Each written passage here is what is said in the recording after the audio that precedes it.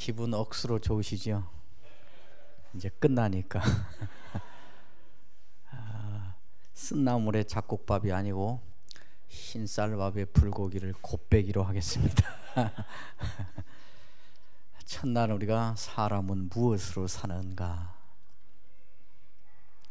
바쁘게만 살지 말고 앞만 보고 달리지 말고 가던 길을 멈추고 하나님 앞에서 사람은 무엇으로 사는가?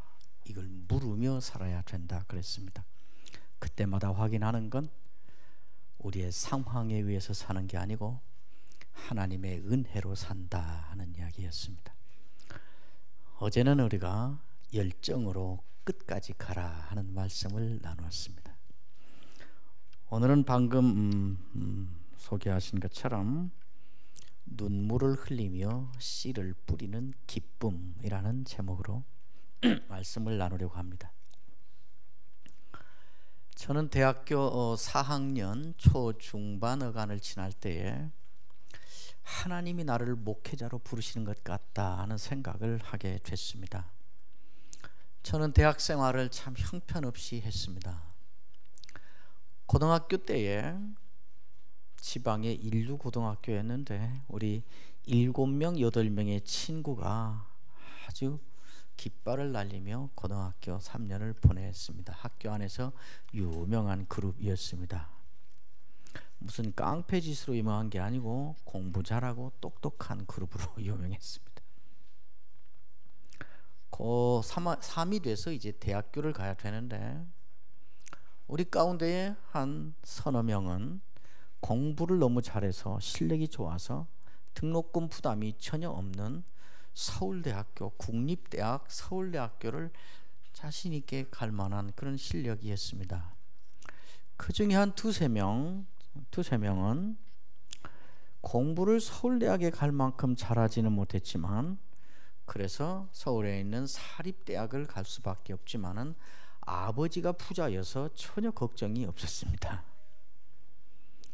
문제는 나였습니다.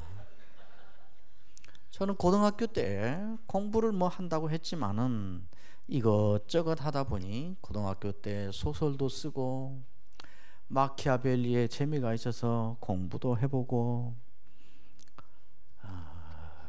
니코마코스 윤리학을 또 공부해보고 뭐 이것저것 하면서 그렇게 지내다 보니 자신 있게 서울대학에 원서를 낼 만한 실력은 안 되어서 사립대학을 가야 되는데 나는 아버지가 부자가 아니었습니다.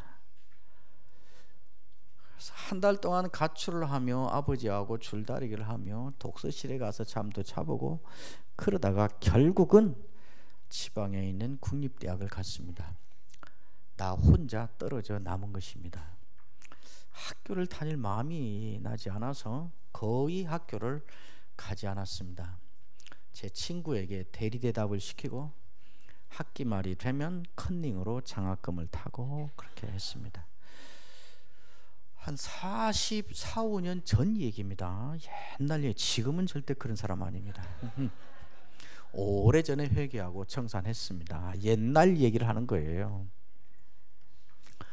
그렇게 대학을 다녔습니다. 2학년 중반어간 넘어갈 때 인생을 이렇게 살아서는 안 되겠다 하는 생각이 들었습니다. 나 여기 있다, 나 안 죽고 살았다라는 표라도 한번 내고 딴짓을 해도 해야겠다 싶어서 관료가 될 마음은 전혀 없었지만 그러나 그 마음으로 내가 한번 나를 과시를 한 번이라도 해서 나타내고 그 다음에 내가 하고 싶은 딴짓을 해야겠다 싶어서 고시 공부를 시작했습니다. 방학 때가 되면 산속 암자에 가서 암자를 빌려서 거기서 공부를 하고 학기 중에는 학교 근처 동네에 있는 방 한 칸을 빌려서 거기서 공부를 했습니다. 그때 제가 대학교 1학년 10월부터 열렬하게 한 여자를 사랑하고 있었습니다. 열심히 공부에 전념해서 고시를 합격하는 것과 열렬하게 전심으로 한 여자를 사랑하는 것을 동시에 한다는 것은 물리적으로 불가능해서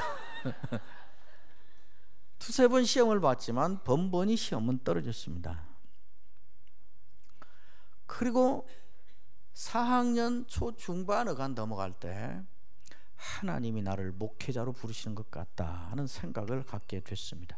아무리 내가 제3자 입장에서 이것이 고시가 안 되니까 그럴듯한 명분을 세워서 도망가려고 탈출구를 만드는 거 아닌가 해서 점검해보고 했지만 분명히 그건 아닌데 하나님께서 나를 신학교를 가도록 목회자로 부르시는 것 같다는 생각이 자꾸 들었습니다.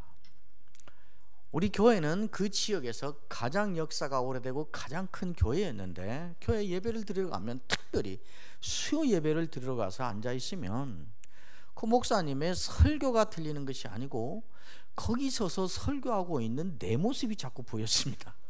환상을 봤다는 게 아니고 자꾸 그런 생각이 나는 거예요. 고민하다가 목회자의 길을 가야겠다 생각을 했습니다. 그래서 어느 날 제 여자친구를 불러서 다방에서 만나서, 여기 젊은 사람들이 다방이 뭔지 혹시 모르겠는지 네, 설명해 줄게요. 다방은 요즘 말로 좀 고상한 말로 하면, 요즘 말로 하면 카페입니다. 카페.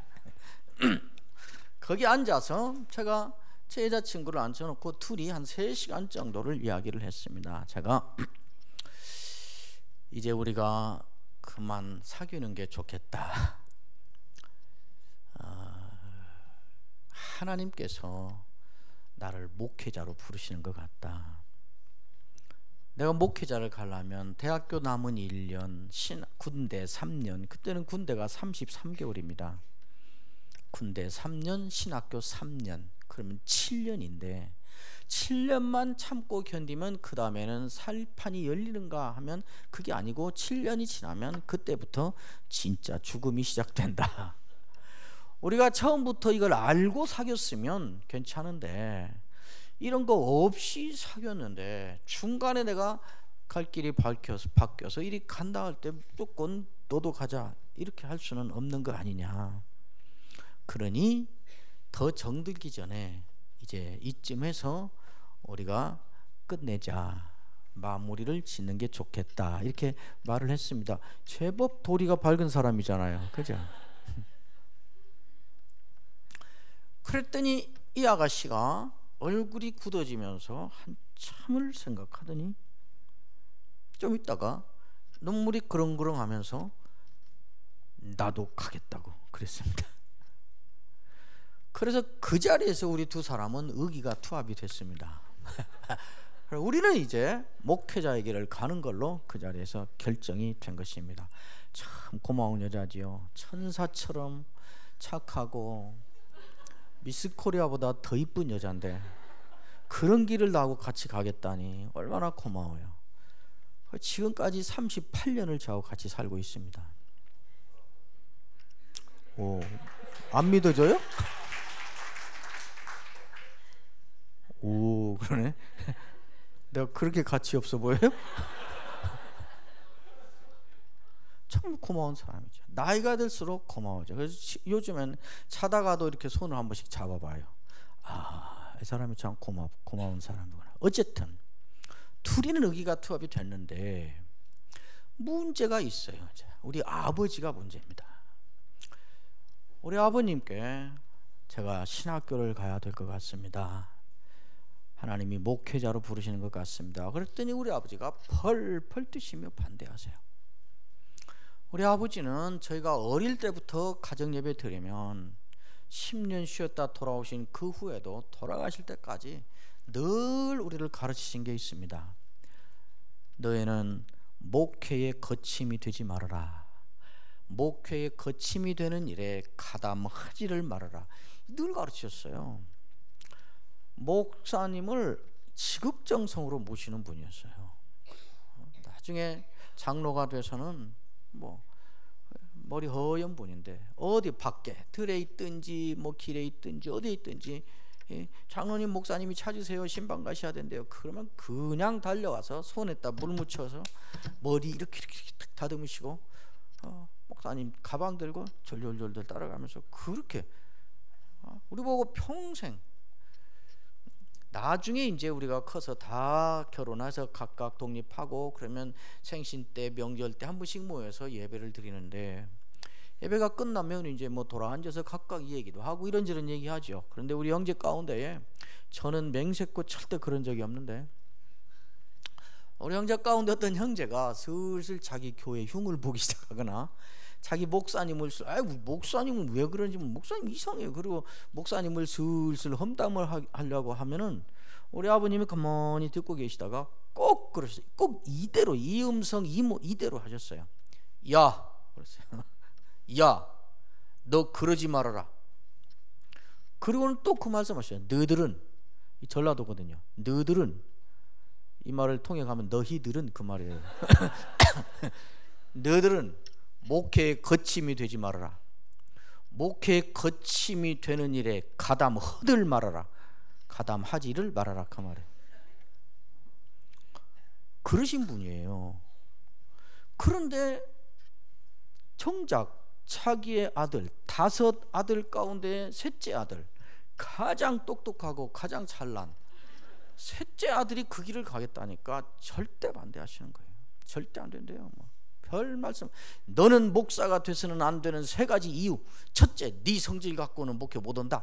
이러고 별 이유를 대시는데, 나중에 이제 알고 보니까 목회자를 지근거리에서 모시면서 살다 보니까 목회자가 가는 길이 어떤 길인가를 누구보다 잘 아시는 거예요. 그래서 아들 고생하는 거 싫어서 그러신 거예요. 나중에 저보고 그러세요. 야, 목회자는 그 부인의 걸음걸이 하나까지 교인들의 말거리 안 되는 것이 없다 그러세요. 여러분, 교인으로 사는 동안 치사하게 그런 거 하지 마세요. 근데 우리 아버지는 다 보신 거예요. 나중에 이제 제가 졸업하는 학신학교 졸업하는 날, 목사 안수 받는 날 오셔서 거의 무릎을 꿇다시피 하고 저한테 잘못했다고 사과했습니다. 저는 자기 자신에 대하여 그 정직함의 멋스러움을 우리 신학교 가서 박윤선 목사님 그리고 우리 아버지를 보고 배웠어요. 저한테 잘못, 하나님이 너를 가르치신다는 생각을 못하고 부자간의 정리에만 사로잡혀서 너를 그렇게 반대했는데 내가 잘못이었다. 내가 좀 일찍 생각을 바꿨더라면 네가 좀 덜 고생했을 것을 미안하다. 그래서 2번씩 그러셨어요. 어쨌든 그런데 신학교 가겠다니까 우리 아버지가 반대하시는 거예요. 그래서 또 싸움이 벌어졌어요. 치고받고 싸운 건 아니지만 갈등이지요. 긴장. 가야 된다느니 안 된다느니, 너는 목이 성대가 약해서 평생 설교 못하고 살아, 별 트집을 다 잡으시고 반대하세요. 너는 내가 등록금 안 대줄 테니까 간다 해도 등록금 못해서 도중하차야. 도중하차 할 걸 왜 가냐 막 그러시고, 저는 하나님이 다 하세요 막 그러고 한동안 갈등하며 아버지와 아들이 그 문제로 싸우고 있는 것을 우리 어머니가 보셨어요. 남편 편을 들 수도 없고 아들 편을 들 수도 없고 가만히 계시다가 어느 날 우리 어머니가 없어졌어요. 어디를 가시고 집을 안 들어오세요. 하루인가 이틀, 아무리 제가 생각해도 지금 이틀인가 하루인가 기억이 안 나요. 돌아가셔서 물어볼 수도 없고. 하여튼 이틀인 것 같아요. 어머니가 갑자기 없어지셨다가 이틀간 돌아오셨어요. 들어오셔가지고 저를 불러요. 장균아, 너 꼭 신학교 가야 쓰겄냐? 그래요. 예, 엄마 나 신학교 가야 돼요. 하나님이 부르세요. 그랬더니 우리 어머니가 그러냐? 그러면 가거라. 그래요. 제 주위에 모두가 반대했는데 저 신학교 가는 것을 최초로 찬성해 준 분이 제 어머니예요. 그러면 가거라. 그래요. 그러면서 한마디를 덧붙여서요. 신학교 가서 꼭 신학 박사가 되거라. 그러세요. 그 말은 가서 신학 박사 학위 따란 말이 아니에요. 그 시대의 어른들에게 박사란 말은 그 분야의 최고 훌륭한 분이에요. 그러니까 신학교 가거라, 가서 훌륭한 목사 되라, 그 말이에요. 그러면서 우리 어머니가 뭘 꺼내더니 주세요. 요만하게 접고 종이를 접고 접어서 요보다 작게 접은 종이 쪽지 하나 주세요. 이것이 너에게 주시는 하나님의 말씀이다. 그러면서 주세요. 그걸 펴봤더니 줄 쳐진 노트를, 그것도 반듯이 이렇게 찢은 게 아니라 이렇게 찢어가지고 이쪽은 좁고 이쪽은 넓고 이렇게 쪄가지고 거기다가 우리 어머니 글씨로, 연필로 우리 어머니 글씨로 썼어요. 눈물을 흘리며 씨를 뿌리는 자는 기쁨으로 거두리로다. 울며 씨를 뿌리러 나가는 자는 정녕 기쁨의 단을 가지고 돌아오리로다. 오늘 여러분이 읽은 시편 126편 5절 6절 이 말씀을 거기 연필로 쓰셨어요. 그리고 이것이 너에게 주시는 하나님의 말씀이다. 그리고 주셨습니다. 그걸 받고 바로 제가 제 여자친구한테 연락해서 만나자. 그래서 만나서 엄마가 허락하셨다. 엄마가 신학교 가라고 그랬다. 이것이 하나님이 주시는 말씀이라더라. 그리고 줬어요. 이 대목이 분명치 않아요. 지난 토요일 날도 제가 제 아내한테 그때 엄마가 준 거 내가 말하고 종이 분명히 당신한테 줬잖아. 그랬더니 이 여자가 받은 적이 없대요. 그 말을 들은 것은 확실한데 종이를 받은 적은 없대요. 지금 그 쪽지가 어디로 갔는지 찾을 길은 없는데 어쨌든 그래요. 그리고 읽어보니까 그 말씀이죠. 그때부터 이 순간까지 특별히 제 아내는, 그리고 저는, 이제는 우리 자녀들까지 내가 부교육자로 그 어려운 시절 살 때, 유학 가서 또 어려운 일 당할 때, 목회하면서 좌절과 어려운 일 당할 때마다 특별히 제 아내는 언제나 이 말씀으로 돌아가서 그거 붙잡고 다시 힘을 얻고 다시 살아나는 생명줄과 같은 그런 말씀이 되었습니다. 눈물을 흘리며 씨를 뿌리는 자는 기쁨으로 거두리로다.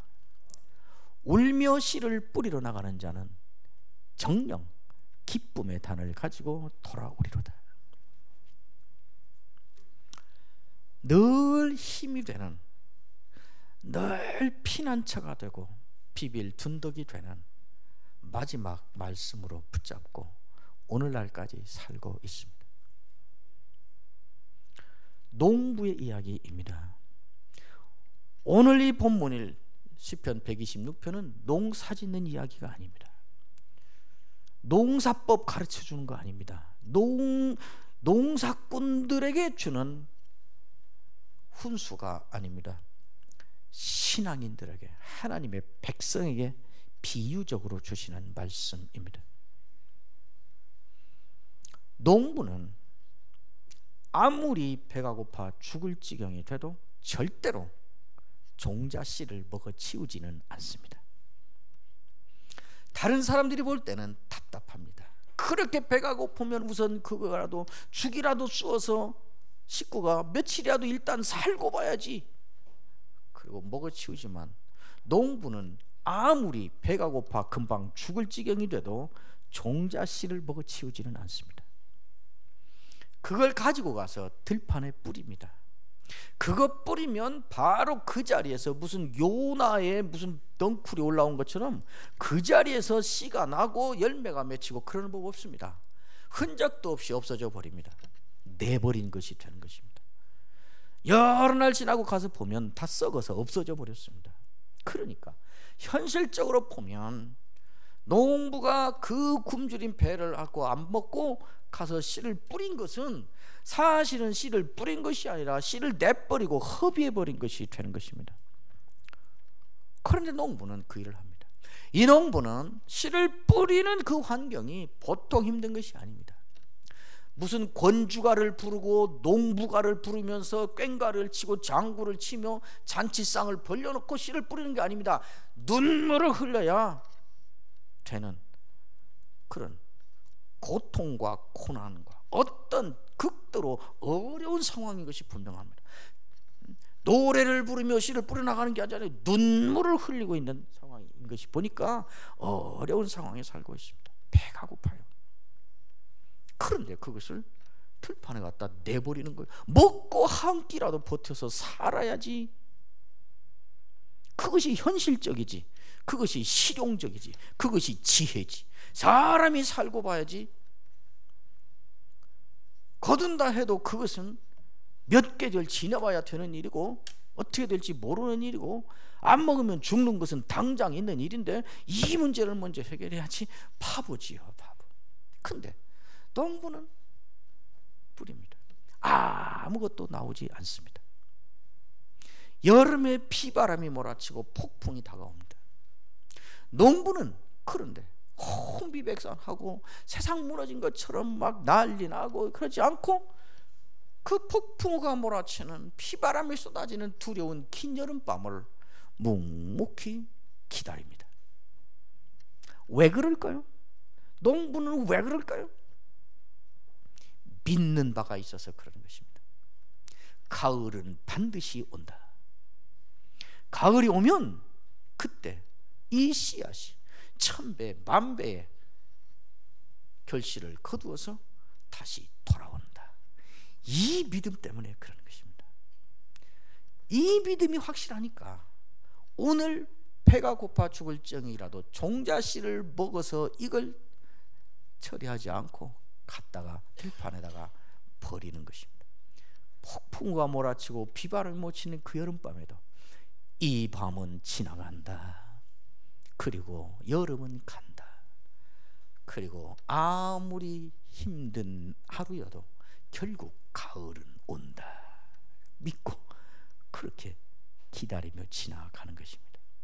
그러니까 씨를 뿌리러 나가는 농부를 보면 누구나 확실히 아는 것입니다. 저 사람은 가을이 온다는 것, 지금 뿌리는 것이 내버리는 것이 아니라 결국 거둔다는 것을 확실히 믿는 사람이구나. 이걸 알 수 있어요. 그 증거예요. 나가는 것이. 그렇죠? 그게 농부입니다. 신약에 오면 야고보서에서 인내를 배우라. 그리고 우리가 인내를 배워야 될 세 종류의 선생을 이야기합니다. 첫 번째로 내놓는 게 농부의 인내를 배우라 그럽니다. 농부가 이를 악물고 참는 것을 배우라는 말이 아닙니다. 농부는 왜 인내할 수 있는가, 그 이야기를 하는 것입니다. 가을은 반드시 온다는 확신, 그 확신에 따라서 오늘을 살고 그 확신이 현실이 될 때까지를 기대를 갖고 기다리는 것, 그것을 말하는 것입니다. 농부에게서 배워야 될 것은 무엇인가? 지금은 안 보이는 장래 일어날 일을 확실하게 믿고 그것에 따라서 오늘을 사는 것입니다. 두 번째 인내 선생으로 야고보가 제시하는 것이 선지자들입니다. 선지자의 인내를 배우라. 선지자는 뭘까요? 하나님의 말씀을 선포하느라고 당하는 핍박을, 박해를, 고난을 견뎌내는 사람들입니다. 선지자들은 하나님의 말씀을 전파하기 때문에 걸머져야 하는 고난을, 고통을 걸머지고 그걸 견디며 하나님의 말씀을 선포하는 대표적인 사람들, 그걸 배우라는 것입니다. 야고보가 세 번째 우리에게 제시하는 인내를 배우라는 사람, 욥의 인내를 배우라 그럽니다. 욥은 어떤 사람인가? 욥은 자기가 원인을 제공하지 않은 고난을 견디며 하나님을 기다리는 사람입니다. 왜 내가 이 고난을 당하는지, 내가 왜 이 고통을 겪어야 되는지, 아무리 살펴봐도 이런 일을 당할 만한 죄를 지은 적 없는데 왜 이를 당하는 건지, 내가 원인을 제공하지 않은 고난을 견디며 하나님을 찾고 하나님을 기다리는 대표적인 인내 선생이 욥입니다. 어쨌든 오늘 이 시편 126편은 농사의 이야기를 하고, 농부의 얘기를 그렇게 하고 있습니다. 그러나 아까 말한 것처럼 시편 126편은 지금 농사법 얘기가 아니에요. 농부 얘기가 아니에요. 1절부터 4절까지 계속 딴 얘기예요. 무슨 얘기인가? 무슨 말을 하다가 지금 농부 얘기를 끌고 와서 결론을 짓는 것인가 하면, 이스라엘 백성들이 당한 역사와 이스라엘 백성들이 경험한 것과 지금 이스라엘 백성들이 처해 있는 현실 문제를 이야기하고 있습니다. 바벨론 포로로 끌려가서 있었던 때로부터 이야기를 합니다. 이스라엘 백성은 은혜가 주어졌을 때 은혜를 거부하고, 예배가 주어졌을 때에 예배를 거부하고 다른 신을 숭배하고, 하나님을 향한 찬양이 자유롭게 할 수 있도록 기회가 주어졌을 때 그 찬양을 거부하고 이방 신들을 찬양하며 따라다니고 이렇게 살았습니다. 그러다가 하나님의 징계를 받아서 바벨론으로 포로로 붙잡혀 갔습니다. 포로로 붙잡혀 가서 보니까 이 생활이 서럽기가 짝이 없고 고통스럽기가 짝이 없는 것입니다. 시편 137편에 보면 그때 이야기를 하고 있습니다. 우리가 바벨론의 여러 강변 거기에 앉아서 울었다. 이방 땅으로 붙잡혀 가서 가보니까 여기는 예배를 빼앗긴 곳이에요. 예배를 할 수 없고, 예루살렘으로 돌아갈 수가 없고, 시온의 노래를 부를 수가 없고, 이 이방 족속들이 술판을 벌려놓고 하나님을 향하여 부르던 시온의 노래들을 연주하라 그러고, 우리의 주흥을 돋구기 위해서 하나님께 예배할 때 부르던 그 찬송을 주흥가로 부르라 그러고 다 그러는 거예요. 예배를 빼앗겨버린 상황인 것이에요. 찬양을 빼앗기고 말씀을 빼앗기고 하나님 경배를 빼앗겨버린 그런 생활에 던져진 것이에요. 그래서 우리가 바벨론의 여러 강변 거기 털썩 주저앉아 통곡하며 울었다. 우리가 우리의 수금을 성전에서 하나님을 찬양할 때 연주했던 우리의 악기를 바벨론 강변 버드나무에 걸어버렸다. 그래. 그리고 거기서 결심을 해요. 예루살렘아, 내가 너를 잊어버릴진데,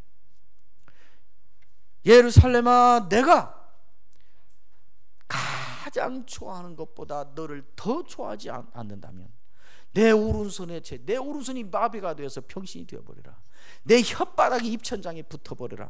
이렇게 자기를 저주하면서까지 내가 절대로 이제는 예루살렘을 잊지 않고, 예루살렘 뭐예요? 하나님이 내 이름을 거기 두리라 했던 그곳, 거기를 잊어버려. 시온의 노래, 하나님을 향하여 부르던 그 찬양을 내가 가장 즐거워하는 것보다 더 즐거워하지 않으면 내 입천장에 여기 붙어버려.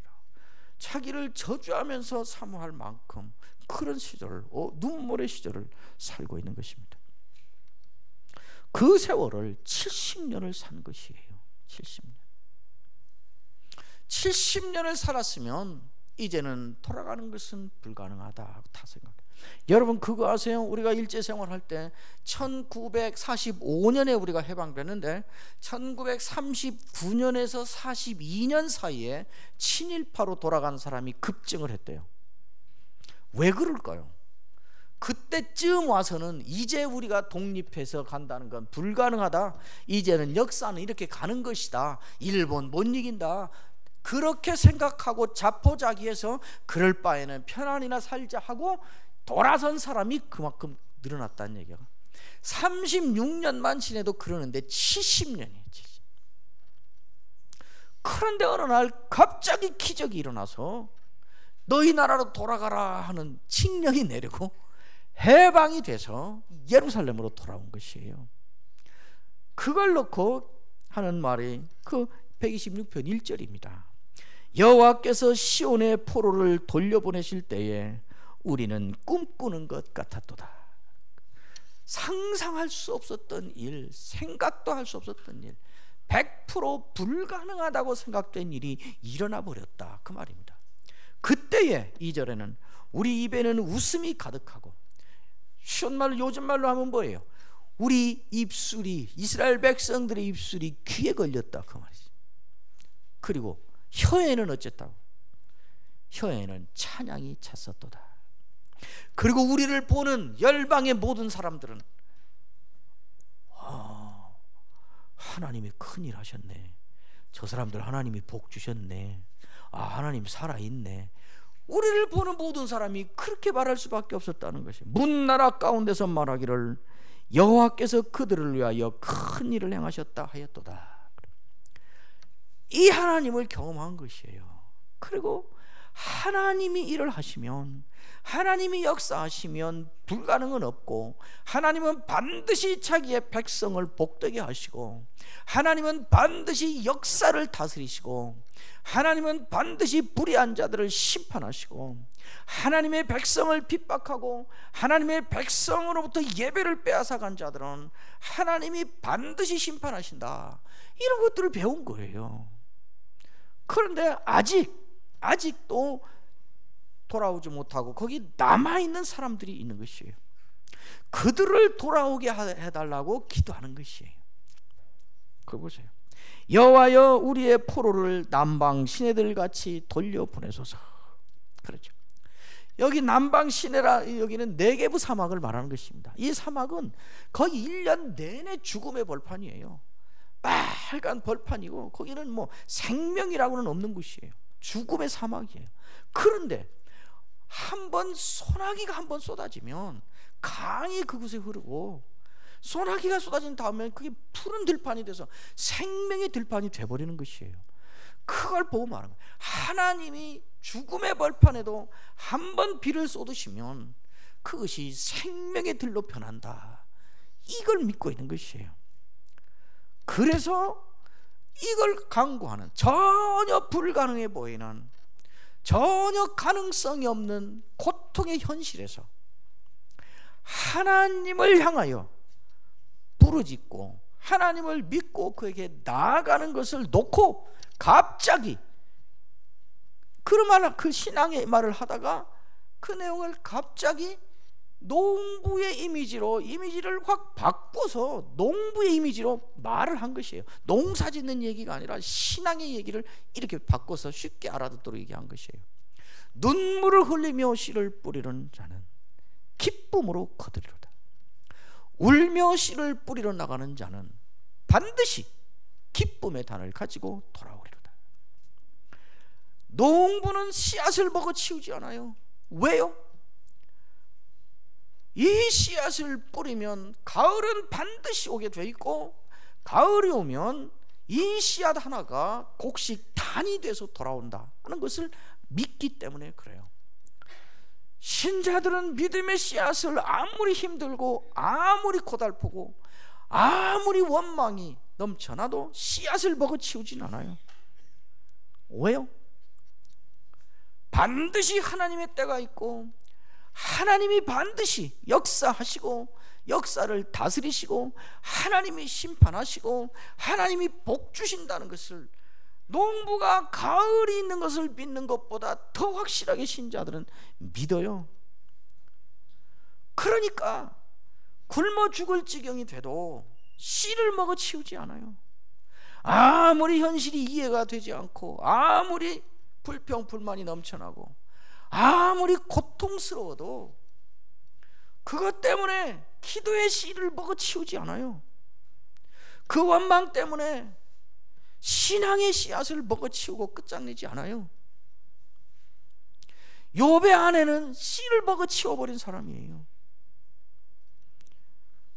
동방의 제일 가는 재벌인데 하루아침에 이 회사 부도 저 회사 부도 저기 지점 부도 온 회사가 다 부도가 나서 망조가 들고, 그렇게 신앙으로 믿음으로 잘 키워서 하나님이 오죽하면 사탄 앞에서 욥을 자랑하고 싶어갖고 하나님이 쓸데없이 자랑해가지고 욥만 죽어난 거예요. 사탄이 오니까 하나님이 욥을 얼마나 귀하게 여기시는지, 사탄한테 욥을 자랑하고 싶어 그걸 못 참으셔가지고 너 온 세상 다 돌아다녔다는데 욥 봤냐? 괴 같은 애 세상에 없어. 그래 버리는 바람에 사탄이 그랬죠. 아이고 그 정도 해줬는데 그렇게 하나님 안 섬길 놈이 세상에 어디 있어요. 그 정도 잘해주면요, 자식 문제가 있어요, 사업 문제가 있어요, 가정 문제가 있어요, 뭐 그 정도 복 받으면 누구나 그래요. 그런 거 그랬네. 하여튼 사탄은 사탄이에요, 나쁜 놈.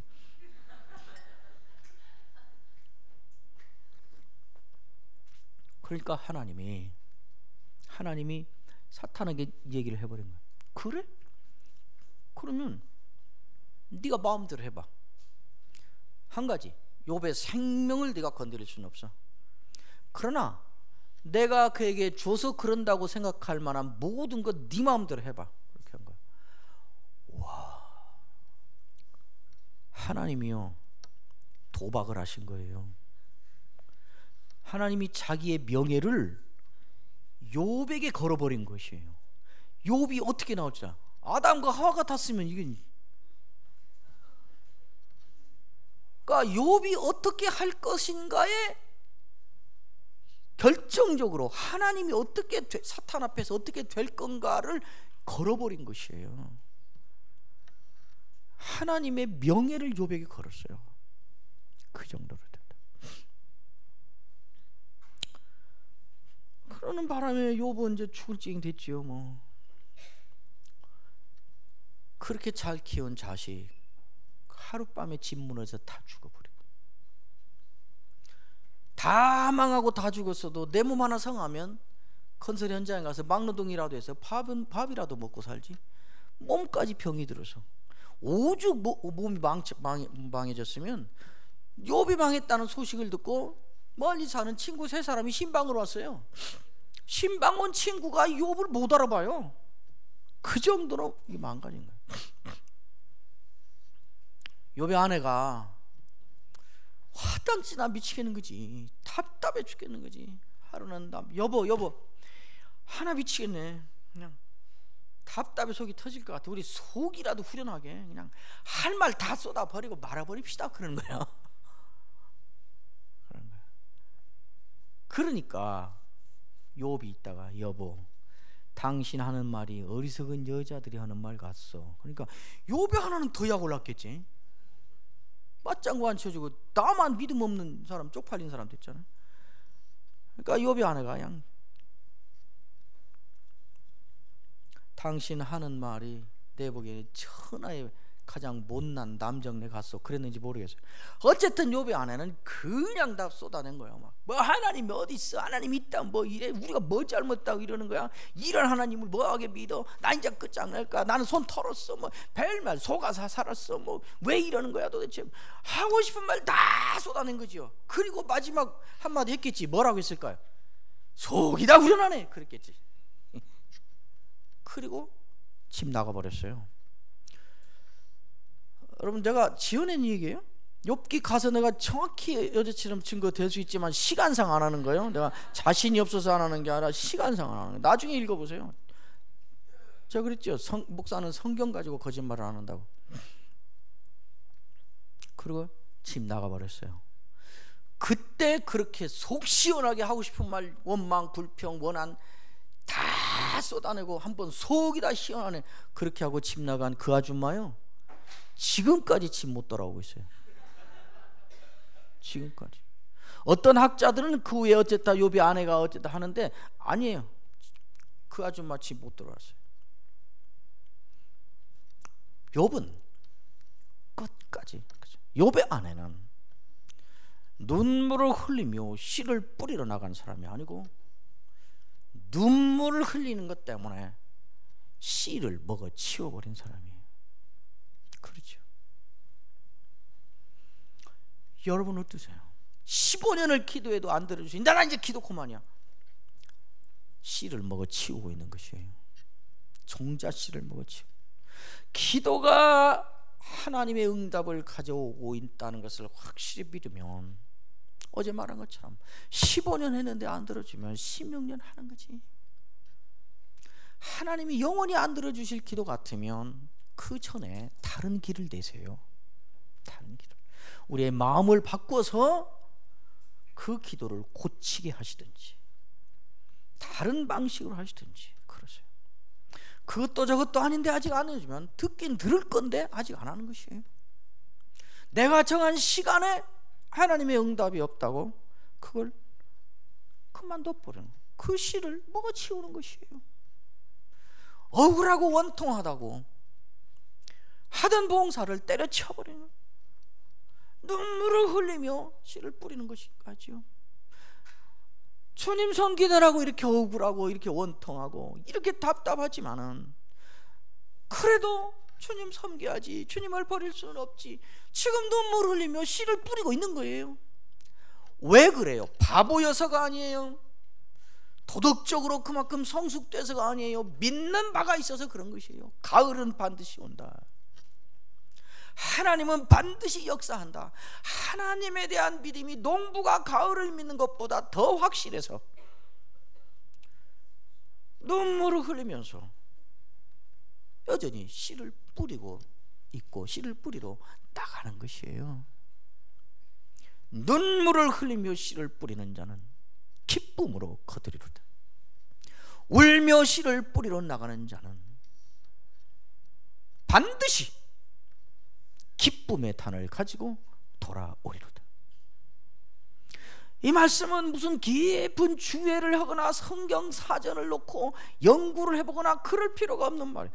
하나님 말씀이 어떤 말들은 그 말을 듣는 것 자체로 이미 그 말 자체가 해석인 경우가 질비하게 있어요. 무슨 설명이 여기 필요하겠어요?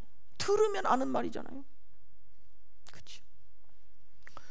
그런데 제가 살아보면서 보니까 나이가 들고 인생의 연륜도 깊어지고 신앙의 연조도 길어지고 경험도 많아지면서 제가 깨닫고 배운 게 있어요. 눈물을 흘리며 씨를 뿌리는 자는 기쁨으로 거둔다. 울며 씨를 뿌리러 나가는 자는 반드시 기쁨의 단을 가지고 돌아온다 하는 이 말은 지금은 눈물을 흘리지만은 언젠가는 기쁨을 누린다라는 말이 아니더라고. 지금은 지옥에서 사는 것처럼 오만 상을 찌푸리고 불평, 불만, 원망하면서라도 이를 악물고 그냥 참고 견디고 버티면 언젠가는 웃고 기뻐할 때가 오니까 지금은 이를 악물고 참아라, 그 말이 아니더라고요. 이 말은 또 무슨 쨍하고 해 뜰 날 돌아온다, 그러니까 무슨 우연을 기다리는 그런 요행수를 바라보는 심리로 혹시나 될 때가 있을지 모른다, 그래서 쨍하고 해 뜰 날 있을 것이다 해서 요행수를 바라보고 오늘 버티라는 말이 아니에요. 고진감래라,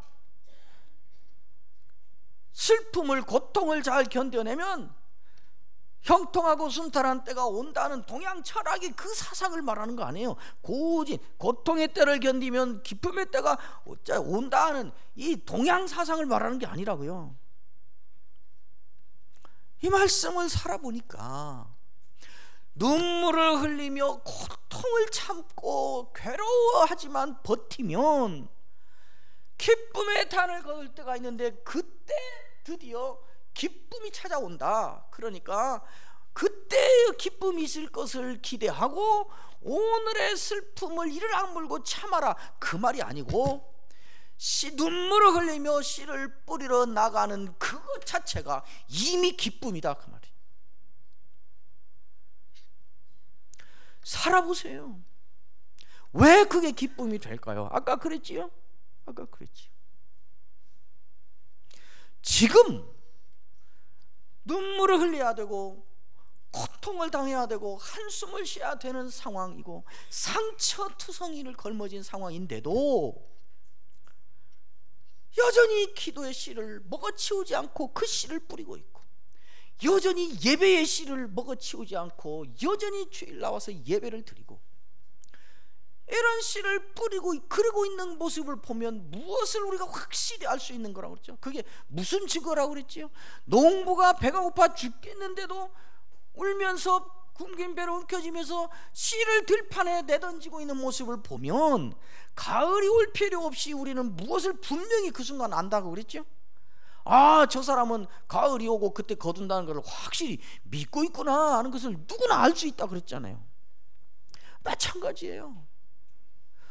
우리가 눈물을 흘리며 씨를 계속 뿌리고 있는, 신앙의 씨를 뿌리고 있는 모습을 보면 누가 보아도 무엇을 확실히 알 수 있어요? 나한테 쟤는 하나님이 나중에 복 주신다는 것, 하나님이 살아계신다는 것, 하나님이 역사를 심판하신다는 것, 하나님이 역사를 다스리신다는 것, 하나님이 결국은 좋게 해주신다는 것을 확실히 믿고 있구만, 그 말이죠. 나 같으면 그 지경인데 어떻게 나는 저거 못해, 저 사람은 어떻게 저렇게 할까? 하나님 확실히 믿는 사람이구만, 이거 알잖아요. 눈물을 흘리며 씨를 뿌리고 있는 것 자체가 그 결과를 거두기 전에 이미 내가 이 정도의 사람이라는 것의 증거라, 그 말이에요.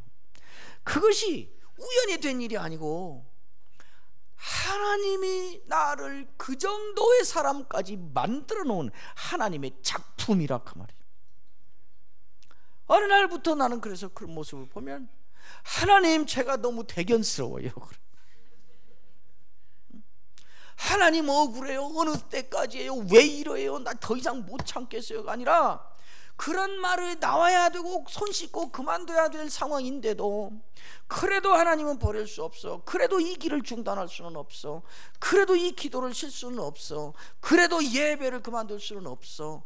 그리고 괴로워서 신음소리 내면서도 그 일을 하고 있는 내 자신을 보면서 문득, 아니 거둔 그때까지 갈 필요 없이 나의 이 모습 자체가 이미 기쁨이라고. 하나님께서 나를 이 정도까지 키워놓으셨네요. 저 옛날 저 같으면 이거 못해요. 금방 하나님 삿대질하고 욥의 아내의 후계자가 돼서 그 족보에 올라갔지요. 저 이렇게 못해요, 하나님. 그런데 하나님이 나를 어느새 이렇게까지 키워놓으셨네요. 하나님의 작품이 됐네요. 제가 감사해요. 하나님 감사해요. 기뻐하는 거예요. 이 말씀의 본질을 차고 들어가면 눈물을 흘리며 씨를 뿌리는 자는 지금은 서글프고 슬프지만은 기뻐할 때가 언젠가 온다. 그러니 지금은 이를 악물고 참아라, 그 말이 아니라, 눈물을 흘리며 씨를 뿌리고 있는 네 모습을 보면 내가 하나님을 확실히 믿고 있구나. 누구도 이 지경이 되면 이렇게 안 할 텐데 나는 이러고 있네. 하나님이 나를 이렇게 만들어 놓으셨구나. 내가 이 정도까지 컸구나. 하나님이 나를 이 정도까지 키워 놓으셨구나. 그래서 거둘 필요 없이, 거둔 건 말건 그건 다음 일이고, 그때 가을의 일이고, 가을이 오기 전에 이미 씨 뿌리러 나가고 있는 내가 기쁘다고. 이 모습이 기쁨이라고. 다른 사람들에게 대해서 그래야 돼요. 참으세요. 괴롭겠지만 이를 악물고 버티세요. 그러면 하나님이 기쁨을 주실 때가 반드시 올 거예요.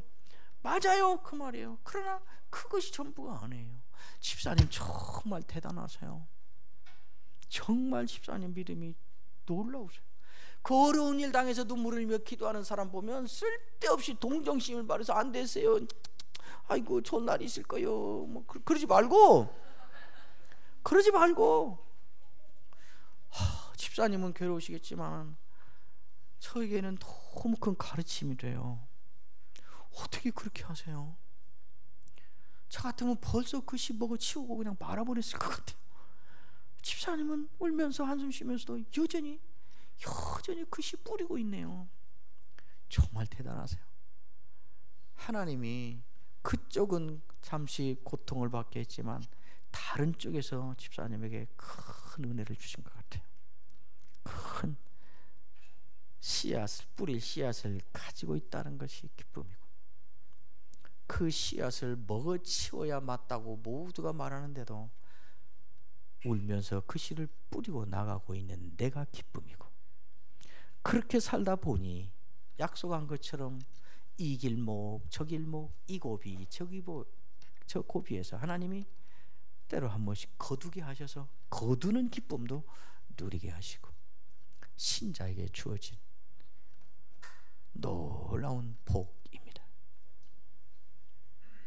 여러분, 씨앗을 먹어 치우지 마십시오. 눈물을 흘리면서라도 씨앗을 뿌리십시오. 이런 지경인데도 울면서도 씨앗을 뿌리고 있는 여러분 자신을 기뻐하십시오. 칭찬하세요. 아, 너 참 대견하다. 저는 하나님께 여러 번 기도했어요. 하나님, 제가 너무 대견스러워요. 제 성질이 어떻게 이거 하겠어요? 제 성질에 이런 억울한 소리 듣고 어떻게 이렇게 하겠어요?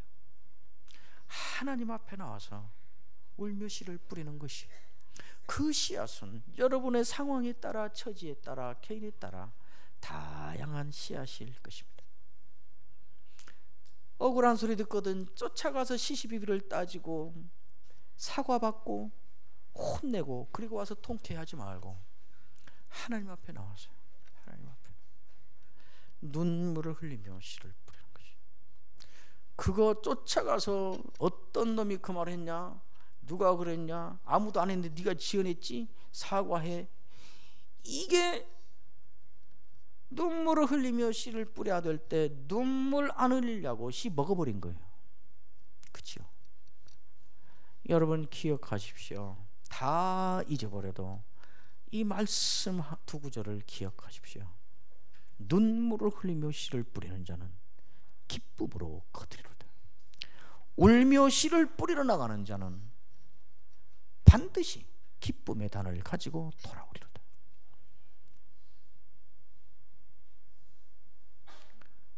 40년도 더 전에 우리 어머니에게 받았던 하나님의 말씀을 이제 내가 여러분에게 전달하고 돌아갑니다. 하나를 더 기억하십시오. 이 말씀은 눈물을 흘리며 한을 품고 씩씩거리며 버티고 참다 보면 드디어 기뻐할 날이 온다는 말이 아니고, 눈물을 흘리며 씨를 뿌리고 있는 그것이 이미 너의 기쁨이다, 나의 기쁨이다 하는 것을 기억하시고 서글퍼하지 말고 서러워하지 말고, 이 지경인데도 나는 씨앗을 먹어치우지 않고 뿌리고 있다, 이것이 얼마나 큰 기쁨인가, 나는 하나님의 작품이다, 이렇게 생각하시고 감사하며 기뻐하며 씨를 뿌리는 자의 길을 끝까지 가시기를 주의 이름으로 축원합니다. 기도하겠습니다. 하나님 아버지, 감사합니다.